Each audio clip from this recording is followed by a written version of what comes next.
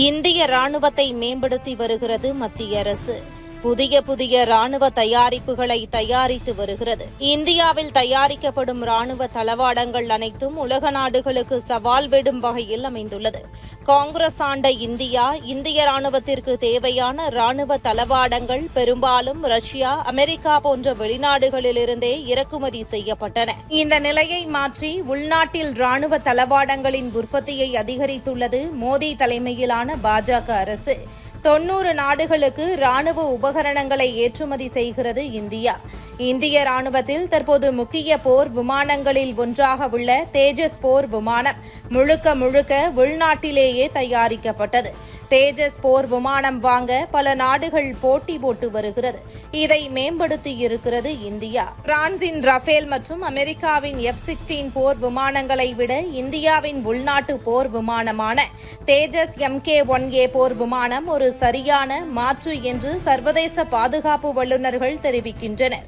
மாறிவரும் தொழில்நுட்பங்களுக்கு ஏற்ப தேஜஸ் விமானங்களில் உள்நாட்டு தொழில்நுட்பத்தில் மாற்றங்களை மேற்கொள்வதற்கான வசதி உள்ளது. அதே நேரத்தில் ரஃபேல் மற்றும் F-16 போர் விமானங்களில் மாற்றங்களை மேற்கொள்ள முடியாது என பாதுகாப்பு நிபுணர்கள் கூறுகின்றனர். இதற்கிடையில் பெங்களூருவை தலைமையிடமாக கொண்டு இயங்கும் பாரத் சப்ளை அண்ட் சர்வீஸ் நிறுவனம் பாதுகாப்பு துறையுடன் இணைந்து பல்வேறு ராணுவ தளவாடங்களை தயாரித்து வருகிறது. அதன் ஒரு பகுதியாக செயற்கை நுண்ணறிவின் மூலம் இயங்கும் AK-203 வகை துப்பாக்கி பொருத்தப்பட்ட ட்ரோனை வடிவமைத்து சாதனை படைத்திருக்கிறது. அதிநவீன தொழில்நுட்பத்தில் தயாரிக்கப்பட்டுள்ள இந்த ட்ரோன் துப்பாக்கி இந்திய ராணுவத்தின் மூலம் சோதனைக்கு உட்படுத்தப்பட்டுள்ளது. இந்த நிலையில் மேலும் வலுப்படுத்தும் வகையில் தயாரிக்கப்பட்ட ட்ரோனுடன் பறக்கும் துப்பாக்கி வெற்றிகரமாக பரிசோதிக்கப்பட்டுள்ளது. முழுக்க செயற்கை நுண்ணறிவு தொழில்நுட்பத்தில் இயங்கும் இந்த துப்பாக்கிகள் எதிரிகளுக்கு சிம்ம சொப்பனமாக விளங்கும் என எதிர்பார்க்கப்படுகிறது.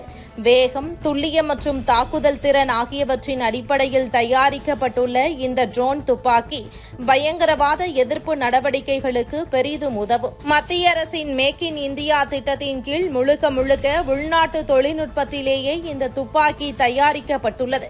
ஏற்கனவே 14,000 அடி உயரத்தில் செயற்கை நுண்ணறிவு திறனோடு தானாக இயங்கும் ட்ரோன்கள் தயாரிக்கப்பட்டுள்ள நிலையில் தற்போது அதன் அடுத்த கட்டமாக துப்பாக்கியுடன் இயங்கும் ட்ரோன்கள் வெற்றிகரமாக பரிசோதிக்கப்பட்டுள்ளன.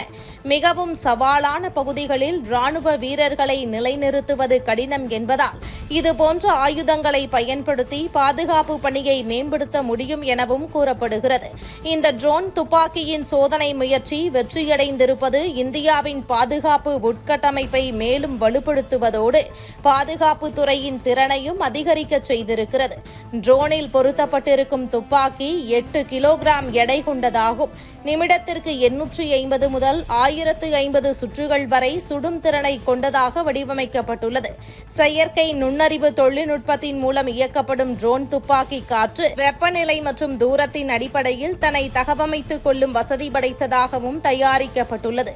21 நாட்கள் வரை தானாக இயங்கும் தொழில்நுட்ப வசதிகளோடு வாகனங்கள், கடற்படை கப்பல்களில் இருந்தபடியே இதனை செயல்படுத்திடவும் முடியும் என தெரிவிக்கப்பட்டுள்ளது.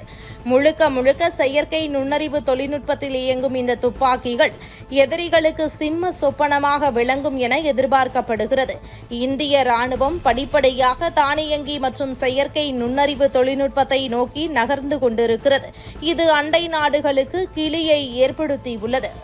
இதுபோன்ற முக்கிய நிகழ்வுகள், அரசியல் தகவல்களை ஆழமாக மாறுபட்ட கோணத்திலும் அறிந்து கொள்ள மறக்காமல் உங்கள் TNS24 டிஜிட்டல் பக்கத்தை பின்பற்றிக் கொள்ளவும்.